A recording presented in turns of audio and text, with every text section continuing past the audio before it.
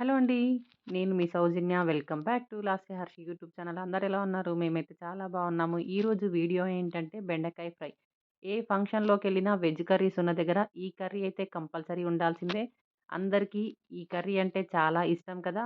అందులో మేము కూడా ఉన్నాము. మాకు ఈ కర్రీ అంటే చాలా ఇష్టం. ఈ బెండకాయ ఫ్రై ఎలా చేయాలో ఇప్పుడు నేనైతే చూపిస్తాను. ముందుగా చపాతీ ప్యాన్ అన్నా లేదంటే కడాయినన్నా తీసుకోవాలి. నేనైతే చపాతీ ప్యాన్ తీసుకున్నాను. అది మంచిగా హీట్ అయిన తర్వాత దానిపైన మనం చిన్నగా కట్ చేసి పెట్టుకున్న బెండకాయలనైతే వేసుకోవాలి. నేను హాఫ్ కేజీ కంటే ఎక్కువగా బెండకాయలైతే తీసుకున్నాను. ఇలా కొంతమంది ఒక్కొక్కరు ఒక్కొక్కలాగా కట్ చేసుకుంటూ ఉంటారు కదా! నేనైతే ఎప్పుడు ఇదే సైజులో కట్ చేస్తాను బెండకాయ ఫ్రై చేసినప్పుడల్లా. కొంతమంది పెద్దగా కట్ చేస్తూ ఉంటారు. కొంతమంది పొడుగులో మధ్యలకి 4 వక్కలు చేసి దాంట్లో చిన్న చిన్నగా కట్ చేసుకుంటారు. ఎవరి ఇష్టం వచ్చినట్టు వాళ్ళైతే చేస్తారు.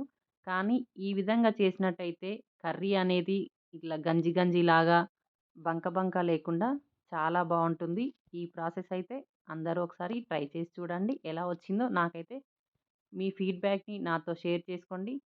ఇప్పుడు నేను బెండకాయల్ని వేసుకున్నాను కదా! ఈ బెండకాయల కోసం మనకి ఏం ఇంగ్రీడియెంట్స్ అయితే అవసరం లేదండి. మీకు పల్లీలు ఆప్షనల్ అనుకుంటే పల్లీలు వేసుకోవచ్చు. లేదు అంటే ఓన్లీ బెండకాయనే ఫ్రై చేసుకోవచ్చు. దీనికోసం పచ్చిమిర్చి, ఆనియన్స్, కరివేపాకు ఉంటే సరిపోతుంది. ఈజీగా మనం బెండకాయ ఫ్రైనైతే ప్రిపేర్ చేసుకోవచ్చు. ఇలా మంచిగా సిమ్‌లో పెట్టుకొని బెండకాయలనైతే ప్యాన్ పైన కలుపుతూ ఉండాలి. ఈ జిగురంతా పోయి మనకి బెండకాయలైతే పొడి పొడిగా అవుతాయి. ఇలా హాఫ్ కేజీ బెండకాయలనుకోండి ఒక 2 టైమ్స్ ప్యాన్ పైన వేయించుకుంటే సరిపోతుంది. ఇలా వేయించడం వల్ల అస్సలు జిగురు, బంక అలాంటిది ఏమీ ఉండదు. నేను ఎప్పుడు బెండకాయ ఫ్రై చేసినా ఇలానే చేస్తాను. లేదంటే గంజి గంజిలాగా ఉండి మా పిల్లలైతే అస్సలు తినరు. మా పిల్లలకి ఎన్ని సార్లు పెట్టినా ఈ కర్రీ అయితే తింటారు. దానికోసం నేనైతే వీక్లీ 1 కేజీ బెండకాయ అయితే కంపల్సరీ తీసుకొస్తాను మార్కెట్‌కి వెళ్ళినప్పుడల్లా. అది ఎంత చేసినా తక్కువగానే అవుతుంది గదా! ఈ కర్రీ. బాక్స్‌లోకైతే చాలా బావుంటుంది ఈ బెండకాయ ఫ్రై అయితే. బెండకాయ ఫ్రై పెట్టిన ప్రతిసారయితే మా పిల్లలు బాక్స్ అయితే కంప్లీట్‌గా తినేసొస్తారు. వాళ్ళకి పిల్లలకి చిన్న పిల్లలకి పెట్టడం వల్ల మెదడు చురుగ్గా పనిచేస్తుంది అని అంటారు కదా! ఇప్పుడు మనకి బెండకాయలు వేంపడైతే అయిపోయింది. నేనిప్పుడు బెండకాయ ఫ్రై కోసం ముందుగా కడాయినన్నా లేదంటే గిన్నెనన్నా తీసుకొని ఆయిలైతే వేసుకోవాలి. ఆయిల్ హీట్ అయిన తర్వాత పల్లీలు వేసుకున్నాను. పల్లీలు మంచిగా ఫ్రై అయిన తర్వాత కొంచెం జీలకర్ర, ఆవాలు వేసిన తర్వాత అవి మంచిగా ఫ్రై అయిన తర్వాత నేను ఈ కర్రీకి సరిపడా పచ్చిమిర్చి అయితే వేసుకుంటున్నాను. కారం అయితే అస్సలు యూజ్ చేయట్లేదు. ఎందుకంటే ఈ కర్రీలో పచ్చిమిర్చే చాలా బావుంటుంది. కారం వేస్తే టేస్ట్ అనేది రాదు. దానికోసం మొత్తం పచ్చిమిర్చే వేశాను. పచ్చిమిర్చి కొంచెం ఫ్రై అయిన తర్వాత ఆనియన్స్, కరివేపాకైతే వేసుకున్నాను.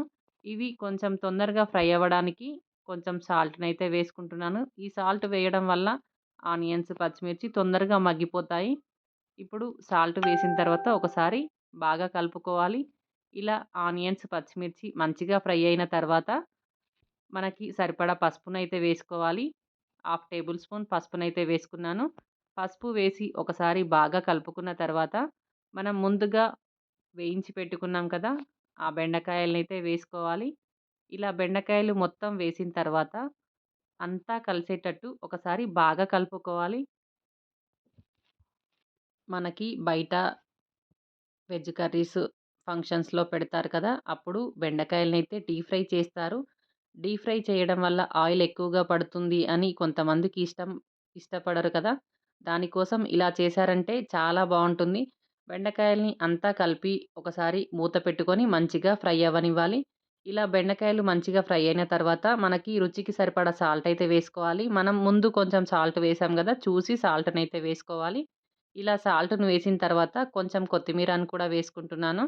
ఇలా కొత్తిమీర వేసిన తర్వాత సాల్ట్, కొత్తిమీర అంతా కలిసేటట్టు ఒకసారి బాగా కలుపుకోవాలి.